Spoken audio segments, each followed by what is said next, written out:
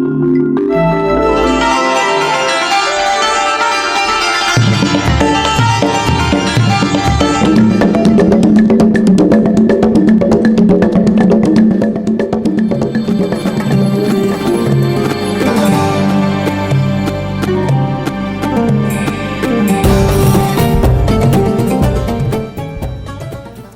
alaikum, peace be with you and welcome to Islam and Life with me, Tariq Ramadan, broadcasting from London.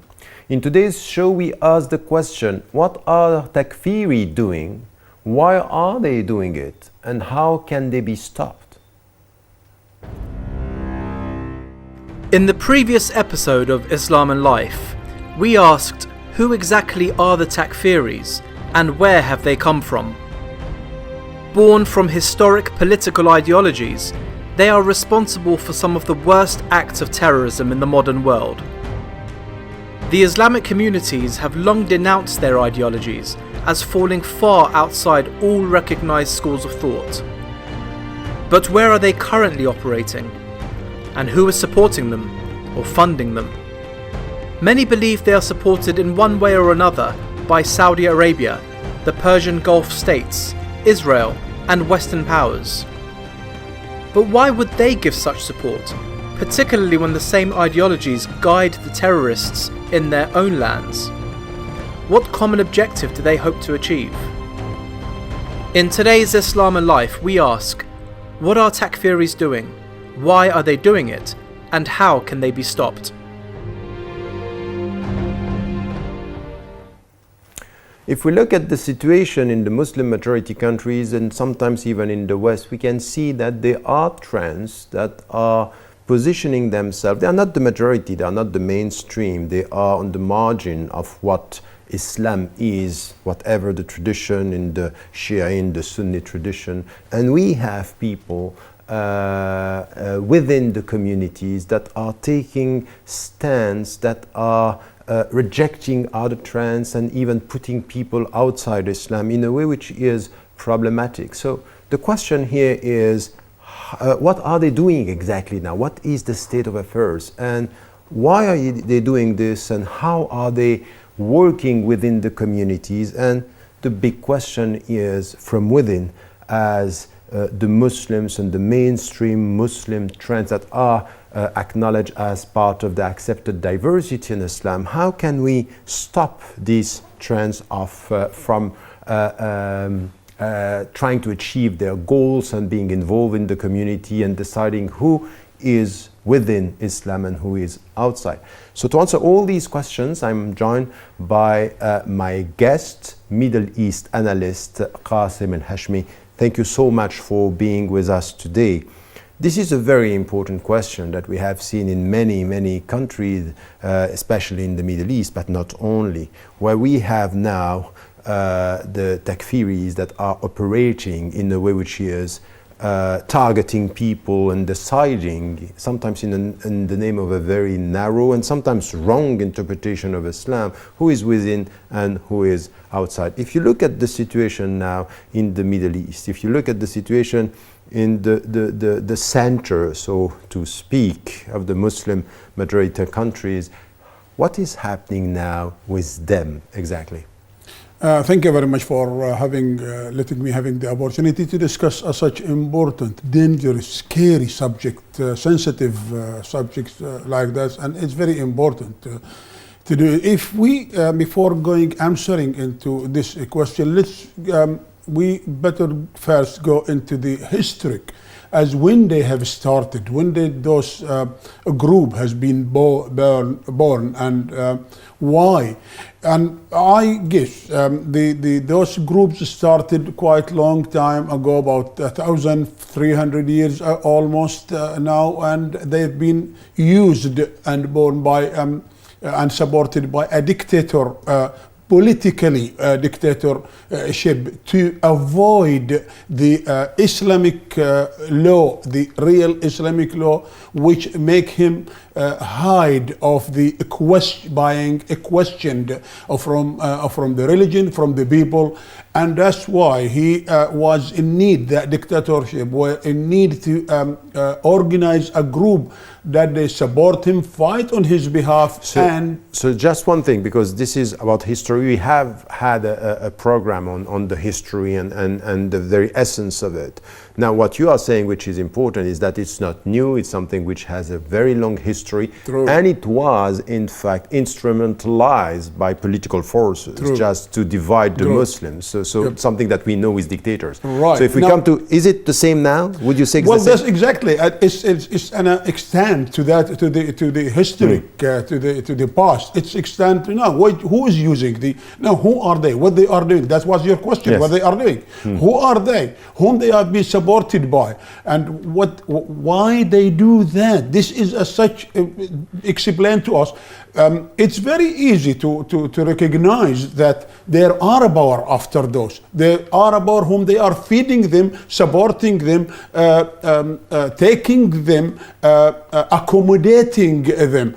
This power is very well known now. It's in the Middle East power, Middle East rich families whom they are controlling, a rich region, rich countries, Saudi families, Al Thani families, very rich area, and they have got billions and billions lying everywhere, and they are distributing it everywhere. Those they know that, those families whom they are ruling these countries, this rich area, they don't want to be questioned. They don't want to be liable to be questioned by neither their people nor by the Islamic law itself or by the nation themselves. They think they are dictatorship, and that's why they need those people as their arm to fight on their behalf while they become outside the question. So what you are saying, mainly, if we look at the situation now in the Middle East, mainly all these trends that are working and operating at the grassroots level,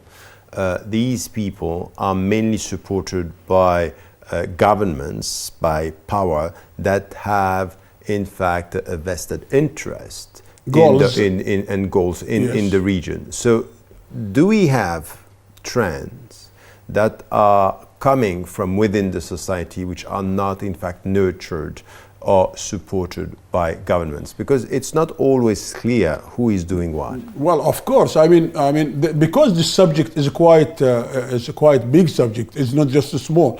Those troops they are troops. What I call them troops because they are divided into so many groups and so many tensions. Some of them most of them, and the main of them are supported from governments and supported from families. Those governments are not necessarily from Saudi Arabia and Qatar. They are also supported by Western government, by American government, not the government even, but by the security, head state security of those countries. But that's very interesting. We will come now about how are they working. What you are saying now is that Western countries that are perceived by these very people as outside, of course, Islam, kuffar, and are rejected in Islamic religious terms, are in fact supported by people they consider as the enemy.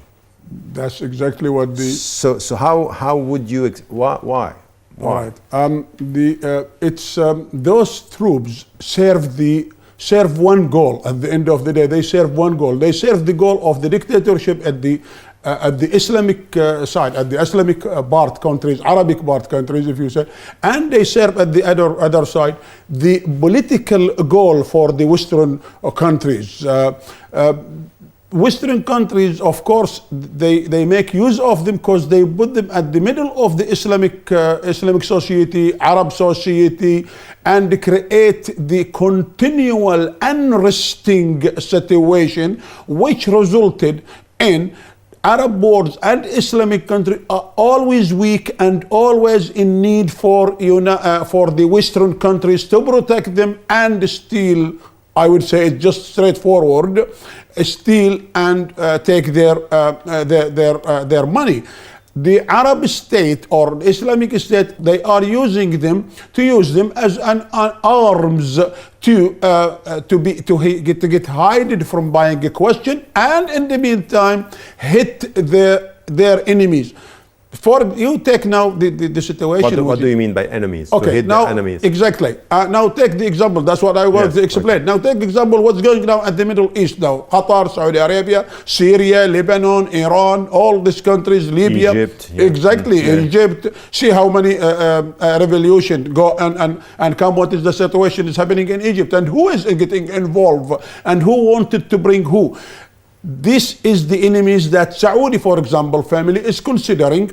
Sometimes the Mubarak is their friend. The Ikhwan al-Muslimin, the Muslims brother, when they come, they consider them as their enemies, and that's why they are after them to take them away from the power, bring the army again, which is not a good and legal steps from the army. However, this is not a political analyzing. It's we're talking about those Takfiris. And they supported the army to take the Islamic back in, because they consider them their enemies. What is happening in Syria, Saudi Arabia is also considering the Syrian are their enemies, and thus they are unable to go directly themselves into a war against Syria, so they use their hand.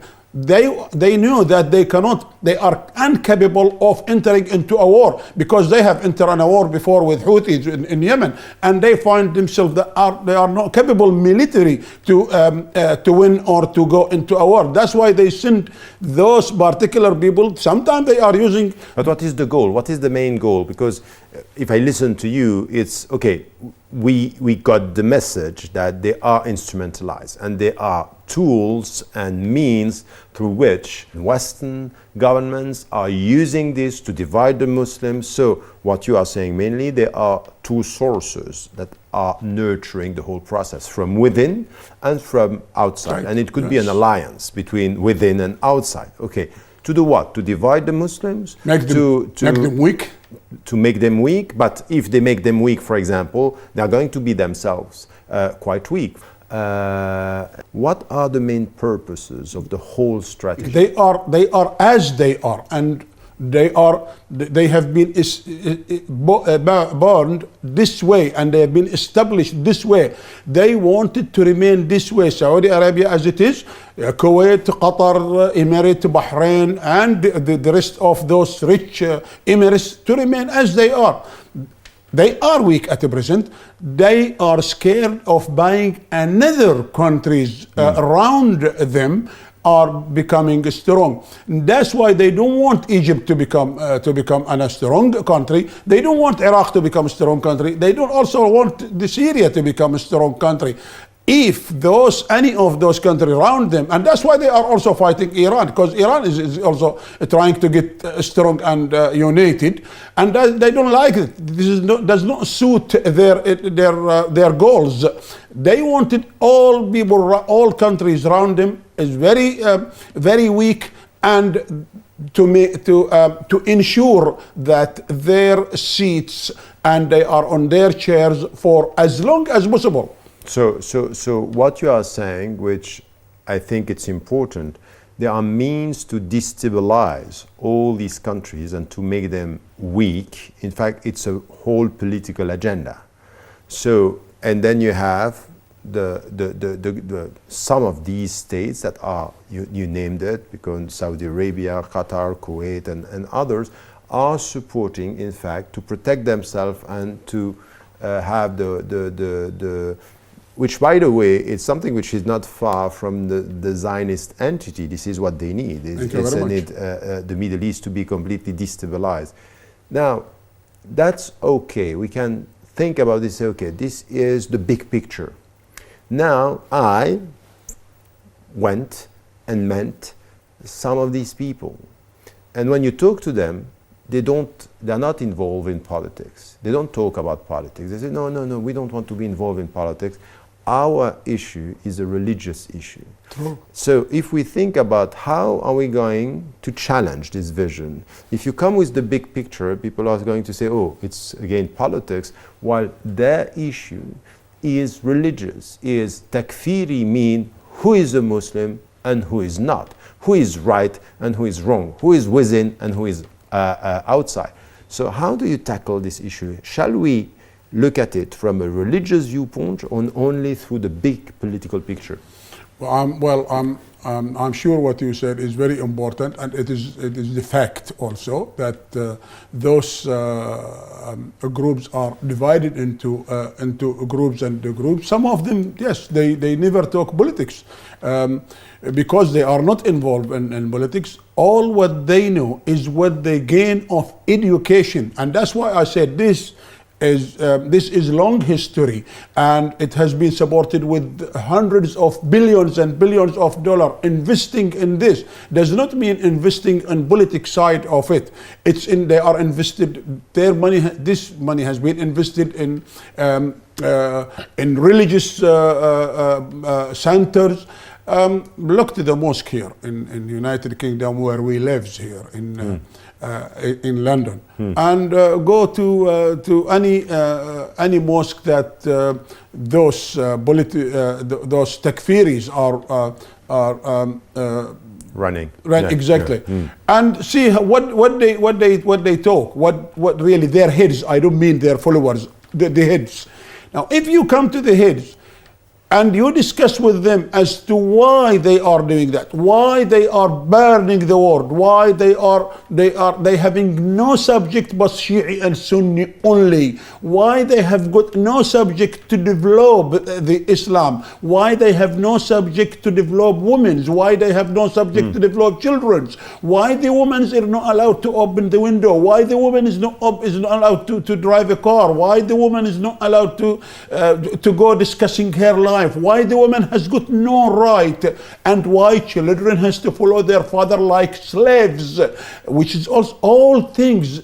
You will at the end of the day come with one solution. They've got no explanation, no philosophy. Those people has came right from the top of a political 100% political, but 100% political reasons. But the people whom they are running this organization are so clever, and that's why they have divided it into a division that at such division they don't know about politics, and when they talk only about religion. And once you are not following them, you are definitely outside of the religion and against them. You are making a difference between the leaders and the scholars that are directing and leading the whole, and the followers. Exactly. And what you are saying is that mainly the leaders are political, and it might be that the followers are religious and they don't understand the political equation of the thing.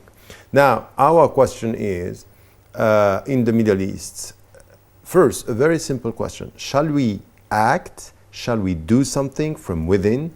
As they are not the mainstream. The mainstream is not following this, but still they have an authority. There is an authoritative voice because it's coming from the center of the Islamic world and center with Saudi Arabia, for example. So they have an authoritative voice, that's for sure. So how do we tackle this multidimensional thing? The leaders are political, the followers might be not.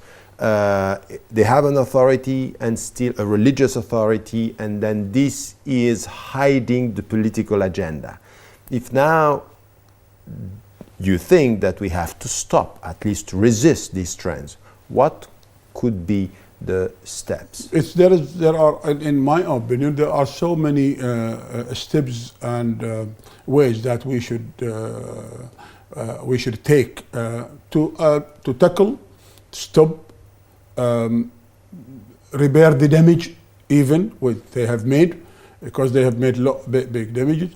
I think first things we need to do, and we are shortage of, is a team of analyzing, a team of studying, a team of researching as to where they are, who are supporting, which way they are getting supported, where those supporters come from. Studying the movements exactly, and mapping.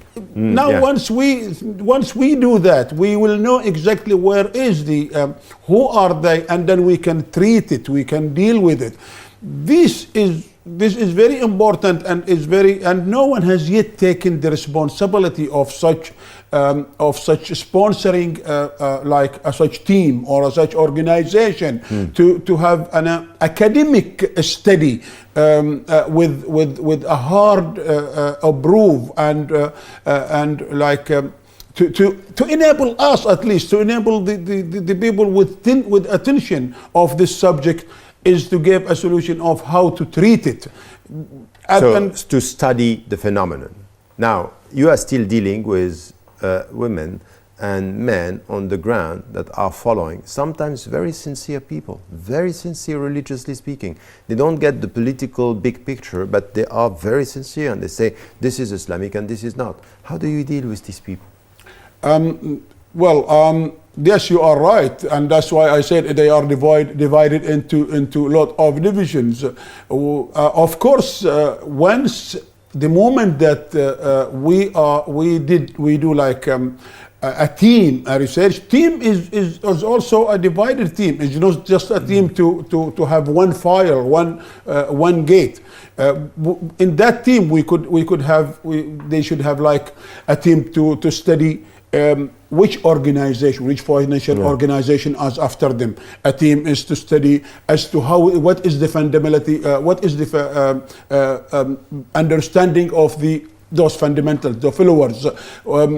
Are they divided into divisions, into group or not? How do we deal with? There are a lot of ways. If we only take the part of those people, only women, children, whom they talk only religion, I think we're not going to solve the trouble. We don't go to solve the problem. Okay, we may be able to convince some of them, but how many people? How many others have been born while we've convinced a few people? We don't have much time, but very quickly, if now we take the other side, which is the political side of the equation, on the political side, what can we do? Very quickly. A research team, again for the political capable team.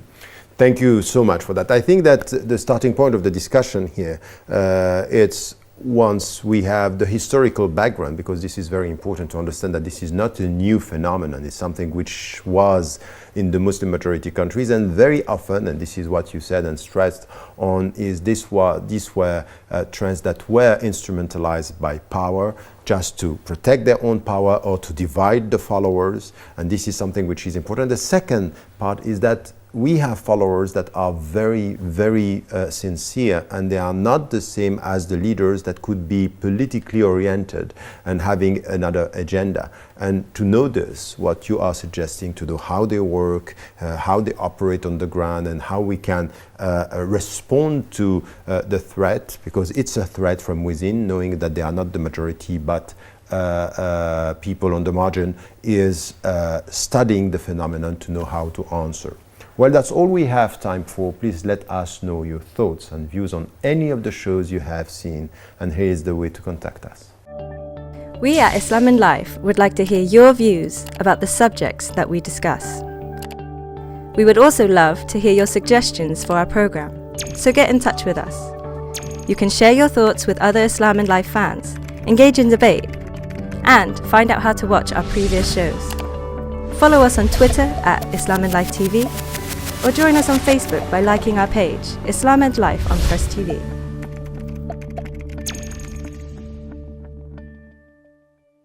Finally, I would like to thank my guest, Qasim Al-Hajmi. Thank you so much for being with us and your input. And I hope to see you next week, inshallah.